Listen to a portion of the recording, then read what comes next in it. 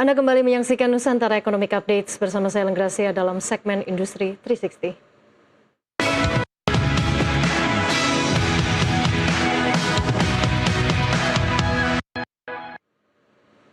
Pemirsa, percepatan digitalisasi nasional mendorong perubahan besar di wajah kota-kota Indonesia. Teknologi Internet of Things atau IoT kini menjadi tulang punggung pengembangan Smart City, salah satunya di bidang transportasi.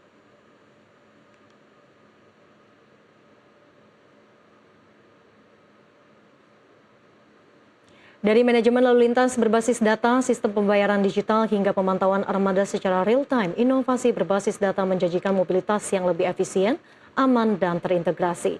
Di Indonesia, transformasi ini mulai terlihat melalui kolaborasi antara pelaku industri teknologi dan operator transportasi publik.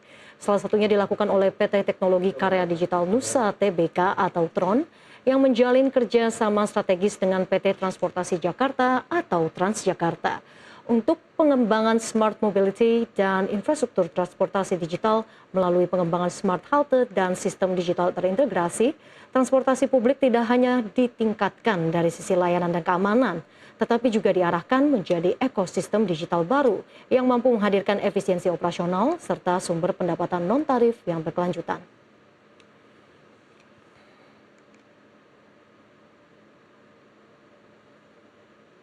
Lantas sejauh mana Indonesia siap membangun ekosistem transportasi cerdas yang andal dan berkelanjutan? Teknologi apa yang akan menjadi penentu apakah AI, Big Data, atau Edge Computing? Untuk membahas arah dan strategi pengembangan transportasi digital dan kota pintar di Indonesia, kita akan membahasnya bersama Direktur Utama PT Teknologi Karya Digital Nusa Tbk, TRON, Bapak David Santoso. Pak David, selamat siang. Selamat siang, Ellen. Terima kasih sudah bergabung di Nusantara Economic Updates, Pak David.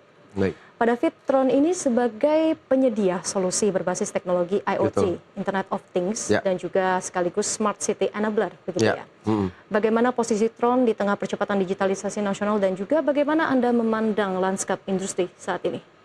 Ya, untuk kami posisi TRON saat ini kami melihat memang kami masih tetap menjadi salah satu market leader yang ada di industri ini ya. Kita mulai bisnis ini di tahun 2011 dan scale up di 2015, IPO di 2023 bulan Maret. Sampai hari ini ya puji Tuhan kita masih bisa memimpin market ini menjadi sesuatu yang menarik.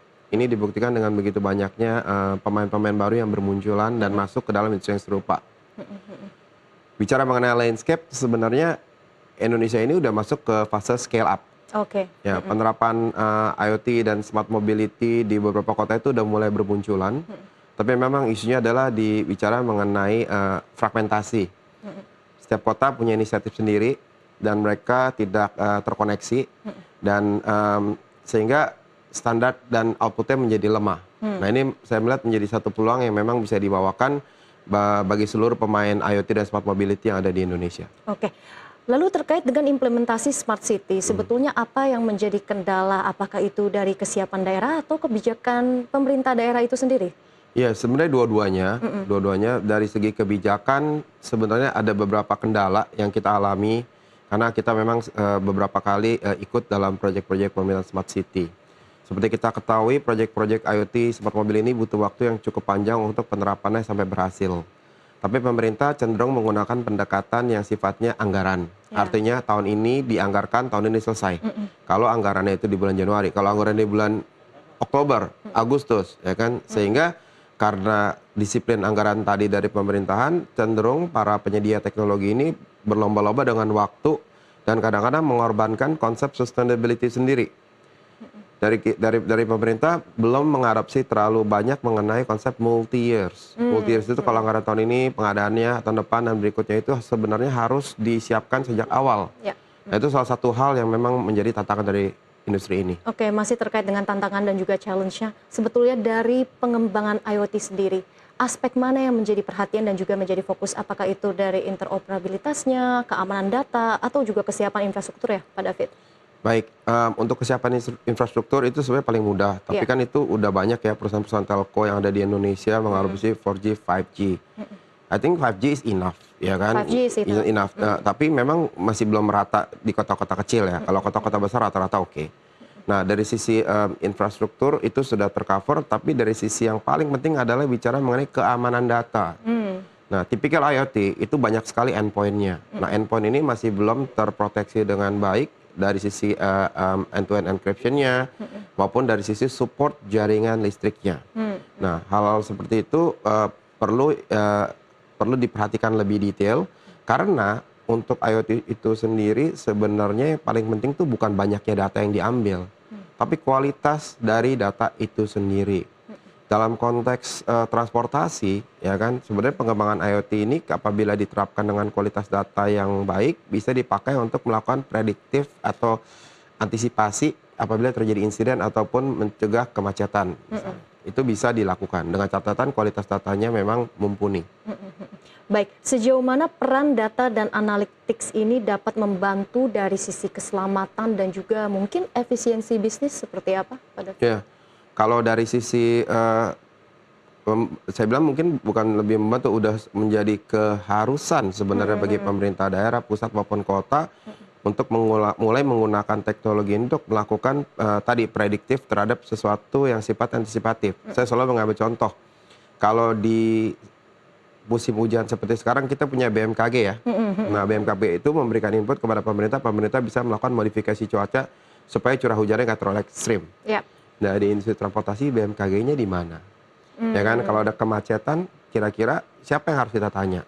Apa katanya Transjakarta, apa katanya MRT, apa katanya kereta api? Siapa yang mau kita tanya? Nah, itu harus didorong sebenarnya ke arah sana, sehingga data yang dikumpulkan bisa diintegrasikan dan dioptimalkan untuk mengambil keputusan. Kalau memang terjadi ya kan kemacetan di titik tertentu, mungkin bisa dialihkan ke titik lain. Dengan begitu masifnya adopsi teknologi dan juga tadi Pak David melihat memang ini udah menjadi sebuah standar begitu ya, jadi sebuah keharusan untuk di sektor transportasi dan juga mungkin di infrastruktur, ini seberapa besar ya peluang pertumbuhannya mungkin secara pasar IoT dan juga smart mobility di Indonesia dalam beberapa tahun ke depan? Betul. Terima kasih. Jadi satu-satunya kota di Indonesia mungkin yang punya public transport lengkap itu baru Jakarta. Kita ada LRT, MRT, walaupun MRT berpanjangnya 12 kilo sih, ya kan. Kalau di China itu di 500 kilo. Bayangkan, jauhnya kita tertinggal dengan negara yang lain yang lebih maju. Mau di London maupun di kota-kota besar lainnya di Amerika ataupun di Eropa. Jadi peluangnya sangat besar, tapi peluang besar ini nggak akan tercipta kalau semua pemain ini masih tadi bermain sendiri-sendiri.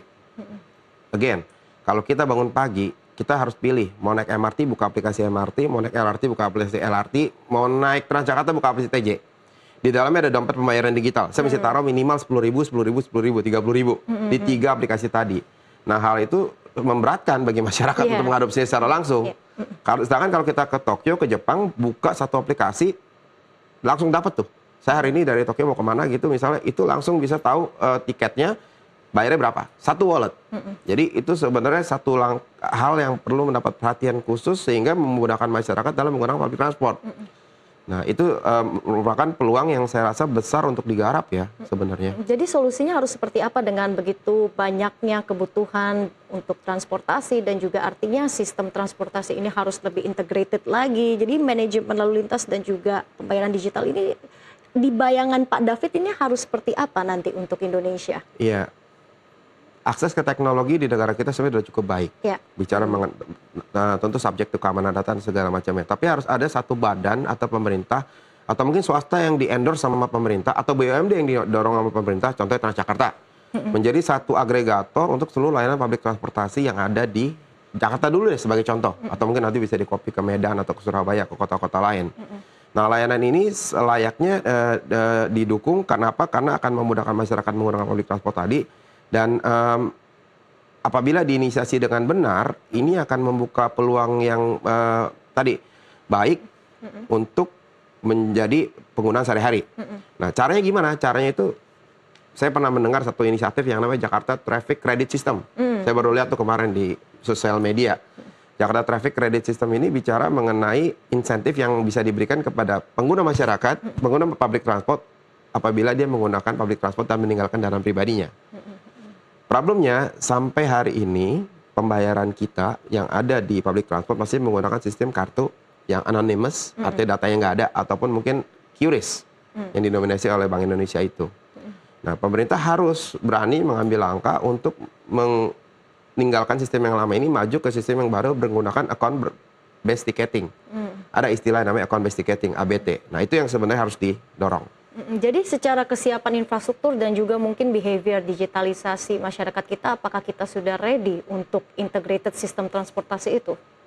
Masyarakat ready. Penggunaan Transjakarta sehari sudah 1,4 juta. Ya. Mungkin antara ready dan nggak ada pilihan ya. Karena kosnya kan tinggi kalau pakai kendaraan pribadi. Nah, kalau misalnya tergantung sekarang dari masyarakat penyedianya sendiri itu. Ya kan?